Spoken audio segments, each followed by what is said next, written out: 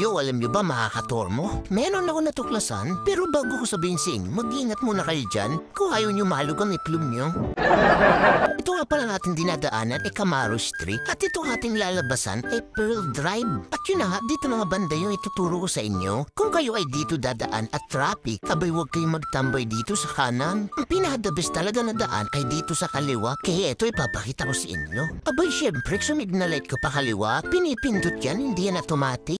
Dito mga katormo, dito lagi kayo dumaan sa kaliwa, kaso ngayon medyo maluwag pa yung daan ko. Pero kapag traffic talaga, dito lang sa gilid medyo maluwag, medyo mapapabilis kayo. Kung doon naman kayo manggagaling banda sa may FCM, abay maggilid-gilid na kagad kayo simula doon kung maliwa na kayo. Kasi kapag dyan sa kanan, may mga jeep na nagsasakay dyan, lalo ka maiipit sa traffic, abay pagpapawisin na naman ang mga itlog nyo niyan ng malagkit.